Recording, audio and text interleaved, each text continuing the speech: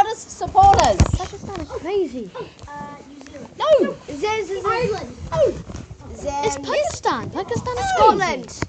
Thank you, India. India are the team with the most supporters and the loudest supporters. Right. I thought it was Pakistan. Someone tell me another another fact about the cricket. Yes. Oh yes. Guadalajara. Yes, the West Indies are just a group of different islands that actually play. Some of them play cricket and some of them don't. Yes? Black Caps have won all their 3 games. They have won their 3 games. They've won their first game against who? Scotland, Sri Lanka, Scotland. Second game against Lanka, Scotland. Scotland and Third England. game against England. And we're playing Australia on Saturday. Yes? England. Boys. There's more than one team in the Caribbean. Yes, absolutely. The Caribbean is a whole collection of islands. There's 14 teams that play in the Yep. And what it is, there are 14 teams and they're divided into 2 pools. So there's Pool A and Pool B. There's 7 teams in each, so they each have 6 games. So in the round robin you have 6 games, and from there the ones with the highest points go on to play the quarterfinals and the semi-finals, and that leads to the finals. And the idea is, what should happen is a team from Pool A should be played against a team from Pool B. However, that doesn't always happen, just depends on some results. You can have some unusual results. Yes? Question? Yeah. United, that's not a question. Yes, a fact. United have ever actually played in the World Cup. For the very first time. Who's the other team that's playing for the very first time? Bangladesh. Afghanistan. Why is it so unusual or remarkable for Afghanistan to be playing? It's war. Afghanistan has been at war for years. Years and years and years. It's a war-torn country. They've had the Russians in there. They've had the Taliban. The country is not good at all. And yet, somehow, they've managed, against all odds, to get a cricket team together. Some of them are away, don't live in Afghanistan, and they've gone back, and they've trained, and they've actually got a team, and it's an absolute remarkable achievement. I think they were one of the lowest qualifiers. However, they almost had an upset yesterday.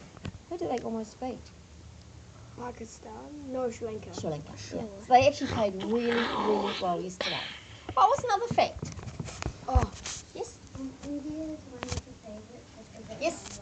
Oh, well, that's that. And South Africa were probably at the top. And now India's gone above them. Absolutely amazing. Yes? Like a long time ago, somebody did an underground Yes? bowling. Anyone know what year that was? Yes? 1970. 1981. February 1981. I'll never forget it. Black Caps are at the top of the table at the moment for like Pool A. Yes, they are. I do not There's been 11 games played. Good. How many games are there altogether? 24. Nope. 26. Don't know one. There are 49 games altogether. From the first game to the final 49 games. Yes? A lot of games. We call the pool games in the quarters. It's about a every bowler seven. that should be pulled out. What's that? Malinga. Why should Malinga be called out? Both like that. Because he's allowed to. His style action, of bowling. his bowling action has been queried many times because some people think it's an illegal action. He has gone through lots of testing for it. It looks like a sling. His nickname is Malinga the Slinger because he looks like he slings the ball and not an actual true bowling He got action. 3 wickets last game. I used to throw like However, that. how many wickets did he get? Did he get against New Zealand? 0. 0. Boom. Right. That's what he said. Another fact. They let him get past because he's got such a straight arm that he can do it. They say that apparently he's got something wrong with his arm. That's the way he has to bowl like You're that. exaggerating. Yes.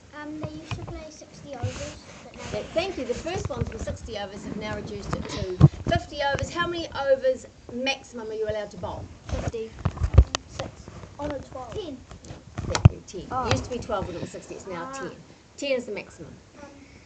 It's Australia did, well, it wasn't illegal back in the day, but Australia did underarm They bowling. did an underarm problem, and was. In fact, the most remarkable thing about the underarm bowling was the captain was a Chappell.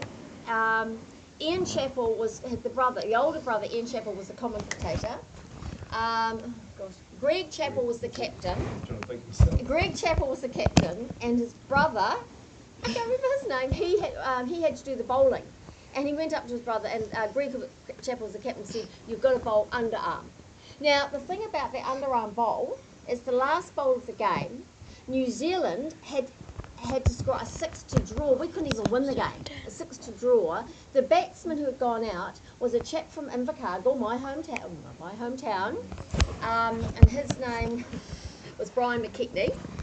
And he had only just been called into the game because someone was injured, so he'd never played like first-class cricket cricket like that. So he was the last batsman. There's no way he would ever hit it in his life, and there was no need for it. And Ian Chappell was on the commentary saying, "Oh no, this is a disgrace. I can't believe my brother is making this team do this." He said, "This is a shocking day for Australian sport." And the next day, after the underarm bowl was bowled, and he just bowled it along the ground because you can't hit it, the next day, this is 1981, the T-shirts came out in New Zealand with "Australia has an underarm problem." Yeah, it's true. True that. So you know what that means? It's got a double meaning, hasn't it? It means that they're a bit Tough. silly, but they've got an underarm problem. That was very clever. Someone came out with that straight away the next day. I'll never forget it. Yes? Please don't. Why are you recording this? Why are you recording this? Are you? Kind of. I have to my grandma. Someone in her street, they actually had one of those shirts. But it was really old and had really quite a Well, can I tell you, just before Christmas, there was a knock on our door, and there was this young lady there, and she said, it was James there, and she had a shirt, a New Zealand cricket shirt, and it was Daniel Vittori's, and Daniel Vittori had signed it, and it still smelled because he'd just taken it off his bag. And this young lady was the nanny for Daniel Vittori's family, and they'd just toured overseas in Dubai and around that area. And she said, "I've got a friend back in New Zealand who loves New Zealand cricket and is passionate and thinks you're one of the best cricketers around."